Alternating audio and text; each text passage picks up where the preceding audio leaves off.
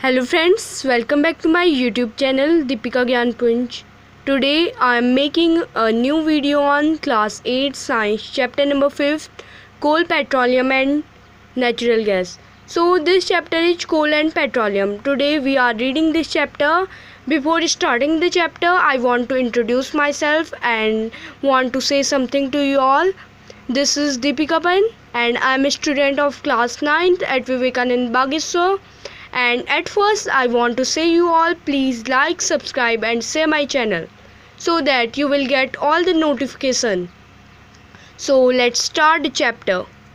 So our chapter title is coal and petroleum. Before starting the chapter there is need to know about the title of the chapter, which is coal and petroleum. Coal means in Hindi we say it कोयला and petroleum means जो petrol का अशुद्ध रूप होता है उसी को हम पेट्रोलियम कहते हैं. सो हमारा चैप्टर है कोल एंड पेट्रोलियम, कोयला और पेट्रोल का अशुद्ध रूप. So let's start the chapter. We use various material for our basic need. तो हम अपनी ज़रूरतों के हिसाब से अलग अलग प्रकार की सामग्री का प्रयोग करते हैं. Some of them are found in nature and some have been made by human effort. तो इनमें से कुछ तो हमें नेचर से फाउंड हो जाते हैं, जैसे कि एयर, वाटर, बहुत सारी चीज़ें. बट कोई ऐसी भी चीज़ें हैं जो ह्यूमन ज़रूरतों के हिसाब से बनाता है अपने लिए. जैसे कि हम बनाते हैं मकान, अपनी ज़रूरतों के हिसाब से बनाते हैं अपने रहने के लिए. एक्टिविटी 5.1 क्रियाकलाप 5.1 make a list of various material use by us in our daily life and classify them as natural and man made. तो एक लिस्ट बनाओ बहुत सारे मटेरियल की जो हमारे द्वारा यूज किए जाते हैं हमारी डेली लाइफ में, और उनको क्लासिफाई करो, दो डिफरेंट कैटेगरीज में उनको बांट दो. एक होगा हमारा natural and second one is man made. So first we have written some natural things material which are air, water, soil, mineral, petroleum, food, sunlight. Means there are many thing which we get naturally. We have not make air, हमने air को नहीं बना रखा है, water को हमने नहीं बनाया. ये जितनी भी चीज़ें हैं मतलब वो हमें नेचुरली मिलती है, इसीलिए हमने इनको नेचुरल लिख दिया.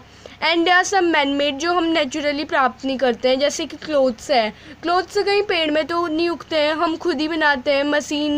मशीनरी या हैंडमेड क्लोथ्स बनाते हैं.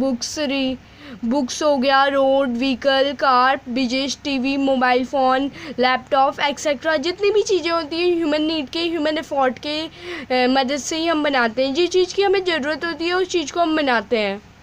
Does this include air, water and soil and mineral. तो ये पूछ रहे हैं क्या इसमें ये चीज़ें भी इंक्लूड है, जैसे air, water, soil and mineral. तो ये पूछ रहा है कि क्या इसमें आपने एयर, वाटर, सॉइल, मिनरल भी लिखा है. यस, हमने लिखा है. Since all these are obtain from nature, तो ये सारी चीज़ें हमें नेचर से मिलती है. That's why they are called natural resources. इसी कारण से हम इन्हें नेचुरल रिसोर्सेज कहते हैं. Can air, water and soil be exhausted by human activity. तो क्या जो हमारा एयर हो गया, वाटर हो गया, सॉइल हो गई, ये कम हो जाते हैं ना ह्यूमन एक्टिविटी के द्वारा. Firstly we have to read the question of भुजो. बट भुजो side can we use all over natural resources forever. क्या हम अपने सारे जो नेचुरल रिसोर्सेज होते हैं वो हमेशा के लिए यूज करते हैं, कभी नष्ट नहीं होते, कभी ख़त्म नहीं होते क्या हो, उसी के बारे में हम आगे पढ़ेंगे. तो ये बोल रहा है जो हमारा वाटर होता है, एयर होता है और सॉइल होता है, क्या वो कभी कम नहीं होते, कभी एग्जॉस्ट नहीं होते ह्यूमन एक्टिविटी के द्वारा. You have already study about the water in class 7. तो आपने ऑलरेडी वाटर के बारे में क्लास 7th में पढ़ा है. Is water limitless resource. तो क्या वाटर लिमिटलेस रिसोर्स है. अगर हमारा वाटर जो लिमिटलेस रिसोर्स होता, अनियमित मात्रा में होता अगर हमारा वाटर, तो ऐसा नहीं कहते कि हमें पानी का बचाव करना चाहिए. इसीलिए कहते हैं हम क्योंकि ये कभी भी नष्ट हो सकता है, कभी भी ख़त्म हो सकता है. In the light of the availability various resources in nature, natural resources can be broadly classified into two kind. तो हमने जो हमारे नेचुरल रिसोर्सेज हैं उनको दो काइंड में बांटा है, दो कैटेगरीज में बांटा है. And these two categories are inexhaustible natural resources and de-exhaustible natural resources. inexhaustible natural resources वो होते हैं जो कभी ख़त्म हो जाते हैं. मीन्स इनकी मात्रा जो होती है अनलिमिटेड नहीं होती है। These resources are present in unlimited quantity in nature and are not likely to be exhausted by human activity. Example are sunlight and air. तो इनएग्जॉस्टेबल वही होते हैं जिनकी मात्रा जो अनलिमिटेड हमारे पास होती है, क्वांटिटी जो नेचर के द्वारा हमें प्राप्त तो होते हैं और ये हमारे ह्यूमन एक्टिविटी के द्वारा ख़त्म नहीं होते हैं। जैसे कि हमारी एयर, सनलाइट जो एयर है कभी ख़त्म नहीं होती। हमारे गंदी कर सकते हैं हम लोग एयर को, बट हम नष्ट नहीं कर सकते, कभी ख़त्म नहीं कर सकते। एंड एग्जॉस्टेबल नेचुरल रिसोर्सेज जो कम होते रहते हैं, which are the amount of these resources in nature are limited. तो इनकी जो अमाउंट होती है हमारे नेचर में वो लिमिटेड होती है, एक निश्चित मात्रा में होती है। They can be exhausted by human activity. जो हमारी ह्यूमन एक्टिविटी होती है, मानव की जो क्रियाकलाप होते हैं उसके द्वारा एक नष्ट हो जाते हैं, ख़त्म हो जाते हैं या कम हो जाते हैं। Example of these resources are forest, wild life, mineral, coal, petroleum, natural gas etcetera. तो इन रिसोर्सेज के कुछ एग्जाम्पल भी है, जैसे जंगल अगर हम काट देंगे तो ये ख़त्म हो जाएंगे, wild life, mineral, coal, petroleum, natural gas and etcetera.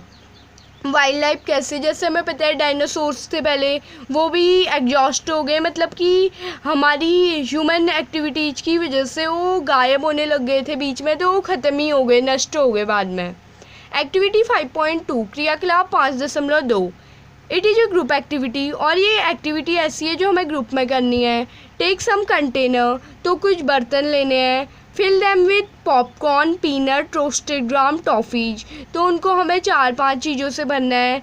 किसी को भरना है पॉपकॉर्न से या मूंगफली से या फिर पीसे हुए ग्राम चने से या टॉफ़ीज से भर देना है उनको।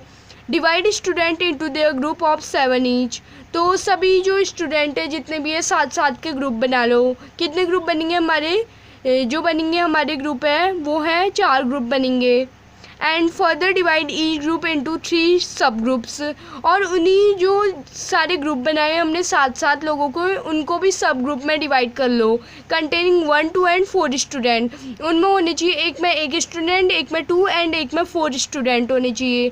Level them as first, second and third generation respectively. तो उन्हें एक में दे देना है, एक को नाम first generation, second generation and third generation. हमें बारी बारी से उनको नाम देते रहना है।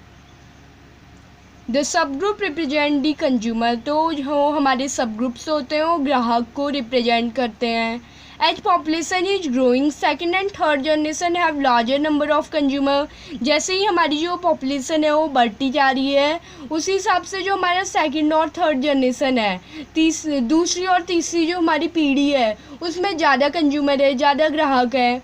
Put 1 full container of each group on the table. तो एक जो कंटेनर है, सभी कंटेनर को फुल भर लो टेबल में अलग अलग ग्रुप के द्वारा। Ask consumer of the first generation from each group to consume eatable from the container of the group. तो आस्क पूछो कंज्यूमर से, फर्स्ट जनरेशन के कंज्यूमर से पूछो, और उन जो ईटेबल्स आपने रखे हैं जैसे पीनट, रोस्टेड ग्राम, पॉपकॉर्न, टॉफ़ी, जितनी भी चीज़ें रखी हैं उनको उनसे बाई करने के लिए पूछो।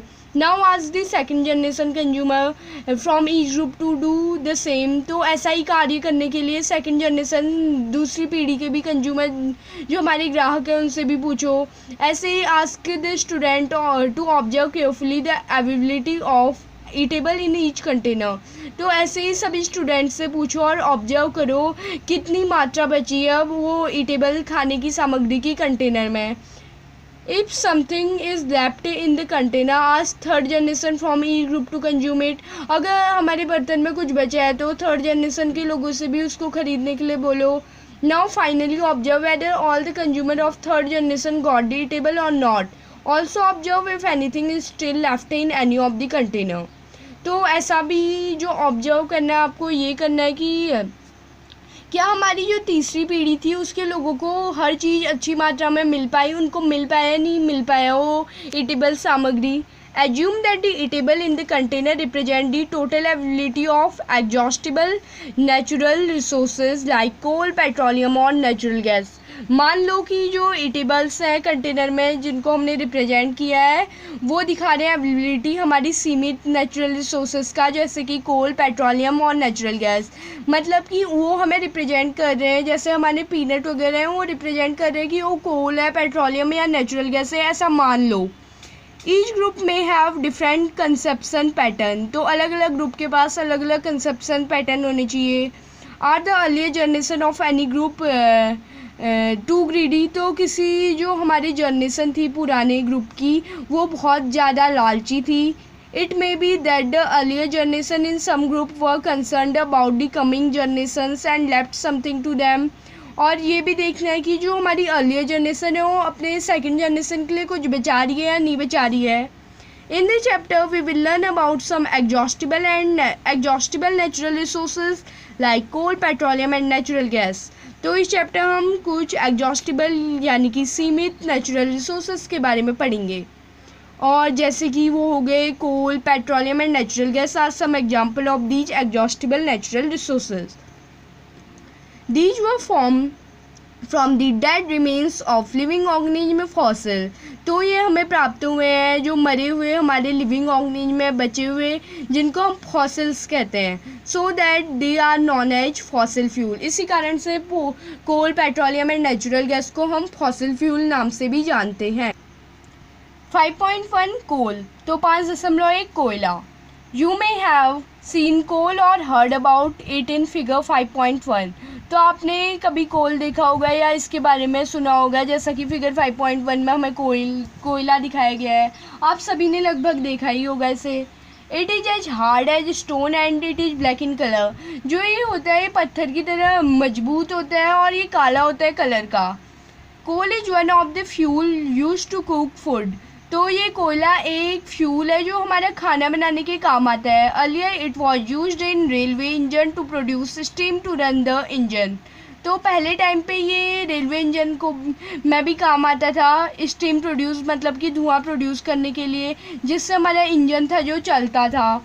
It is also used in thermal power plant to produce electricity, और ये हमारे थर्मल पावर प्लांट में भी यूज होता है इलेक्ट्रिसिटी प्रोड्यूस पैदा करने के लिए।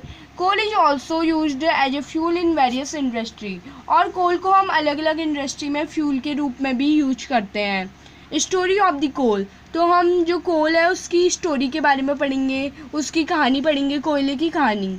Where do we get coal from and how it is form, तो पहले ही एक चीज़ पूछ रही है कि जो हमारा कोयला है वो कैसे बना और हमें कहाँ से मिला। About 300 million years ago, the Earth had dense forest in low-lying wetland area. तो 300 मिलियन साल पहले लगभग जो अर्थ थी उसमें जो फॉरेस्ट थे वो मिट्टी के नीचे दब गए थे हमारे।